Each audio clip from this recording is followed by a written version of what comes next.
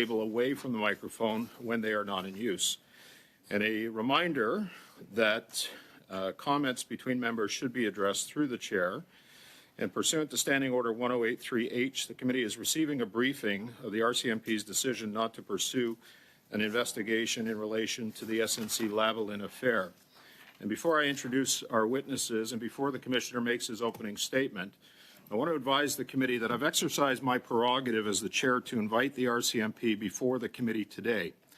I did so in the backdrop of recently released documents where we have learned that the RCMP wanted to investigate whether criminal activity had been committed in the SNC-Lavalin affair, but they couldn't because they apparently weren't given access to cabinet documents. It was reported that the RCMP commissioner personally made the request and that the request was denied. This raises many questions, so I wanted to give the committee an opportunity to ask these questions.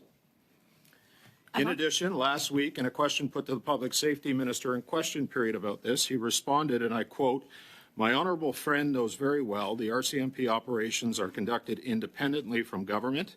If he has an operational question for them, I would suggest that he contact the RCMP." In a published report this morning, the Prime Minister's office, like the Public Safety Minister, suggested directing questions to the RCMP, which brings us to this moment. Given the public interest in this, the recent work and recommendations of the Committee on Access to Information as it relates to Cabinet confidentiality, the comments of both the Public Safety Minister and the Prime Minister's office, and an opportunity that presented itself in the committee's calendar, I want to thank the Commissioner and the Staff Sergeant for making themselves available today, and I now welcome the Commissioner to provide an opening statement, followed by questions. Excuse me, may I have the floor? May I have the floor? May I put a question? May I provide a response to what you've just said? Poser des questions par rapport au fait que je suis très déçue de voir que vous avez pris cette liberté d'inviter la GRC. Okay, hang on. There's no translation, apparently. I'm very saddened to hear that you've taken such freedom, if I can put it that way, to invite the RCMP of your own wish. We learned late Friday afternoon, I think it was about 5 to 5, around the meeting, that we had discussed, of course, on Wednesday that we would continue our study on TikTok. Usually, a message is sent out 48 hours ahead for any change to schedule, any invitations. I think this was terribly last minute. The fact that you were already discussing the appearance of the RCMP at that time, and perhaps the clerk would be able to confirm that is the case.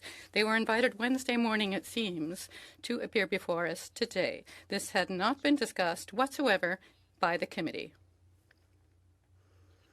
I think the committee should at least have had the opportunity to debate a motion presented in due form. I don't think this is necessarily the best way to go forward, having committees unable to make their decisions. So based on this reasoning, I would like to adjourn the meeting. Okay. Just hang on a sec, Madam Fortune. I move to adjourn the meeting. So you're officially moving to adjourn the meeting today? Yes, I move to adjourn the meeting. Point of order, Chair. Well, it's a non-debatable motion, Mr. Barrett, unfortunately.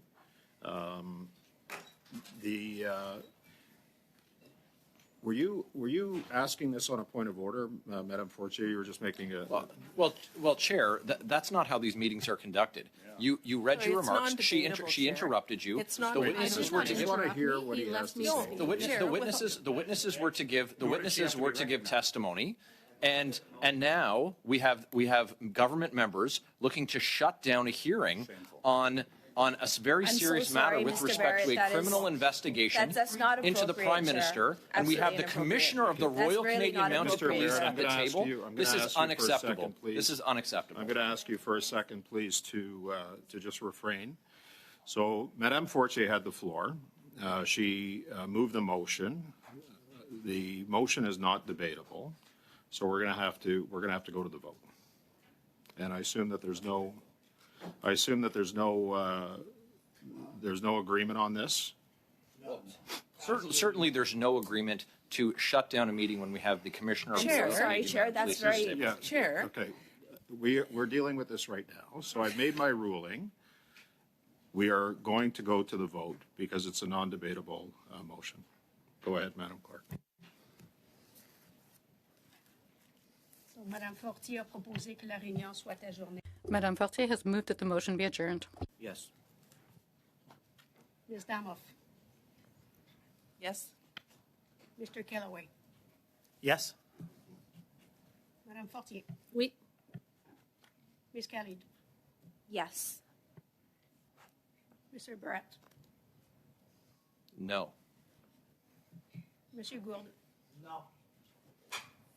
Mr. Kirk, No. Monsieur Villemur. Mr. Desjardins. Yes. Unbelievable. Yeas 7, nays 3. Okay, thank you. The vote has passed. With apologies to the Commissioner and the Staff Sergeant, this meeting is adjourned.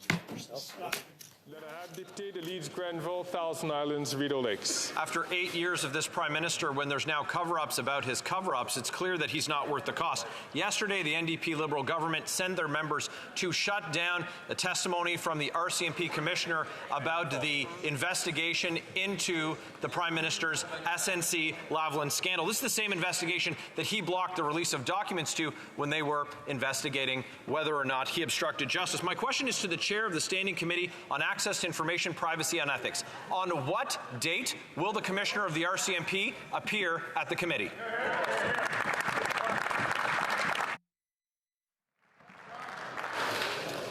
L'honorable président du comité, le député de Barrie Innisfil.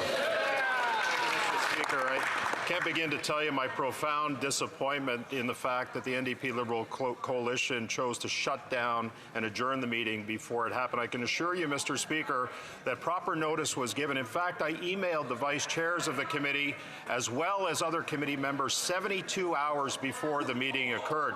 Now, I took advantage in my position as chair to invite the RCMP, given the latest information that had been released. Public Safety Minister suggested that if we had any questions to the RCMP, that we pose it to them. I took that opportunity. I can't tell the member when the next opportunity will be, but I hope it's soon, Mr. Speaker.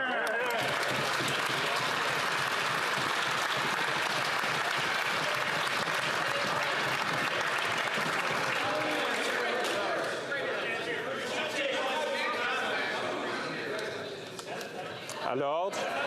Order.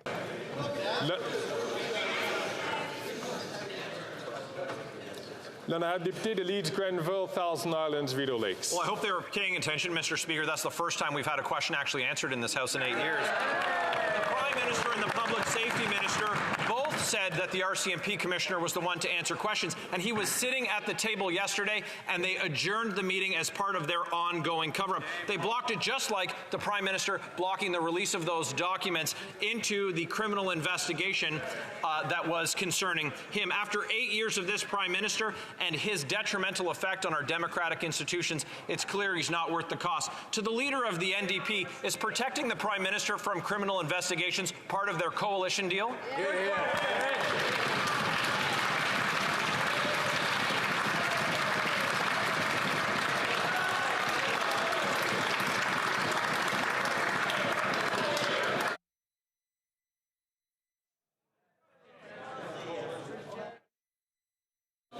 As I had mentioned before in a previous question, opposition leaders are not invited to do that, only members of the government, parliamentary secretaries, or chairs of committees. If there is a minister who would like to answer this question, I recognize the Honourable Minister. Thank you, Mr. Speaker. As the member well knows, committees are in charge of their own business and they make those decisions themselves. But if he wants to talk about democratic institutions and criminal investigations, I will remind him that it was a member of the governing Conservatives that was arrested for violating election laws and actually went to jail. So he should be careful as he's casting stones in glass houses. Thank you, Mr. Speaker.